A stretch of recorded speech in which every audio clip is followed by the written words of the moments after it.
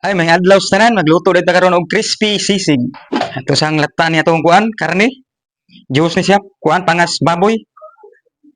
Sang lataan. Dagdag sibuyas, sibuyas dahon, dagdag sili, sibuyas bombay, palasa, pangpahalang pun. I-air fryer sana to ato ang karne. Diri mga 15 minutes lang. Butang na to sa temperature 180. Taro na to may ginagmay. May lang. Timplahan na to ato ang sisig. Butang na to ni sibuyas, sili, limonsito. Gandaghanon na na to limonsito.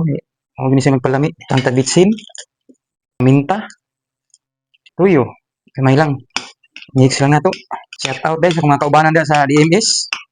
Nga nagsuporta sa stoa. Butang tag butter.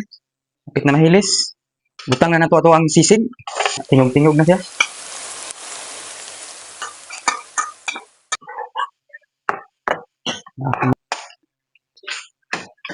Tanag mayonnaise para mo samot og palami, sibuyas. Muna ni ang ato ang pork sisig. Paki-follow na lang, like and share.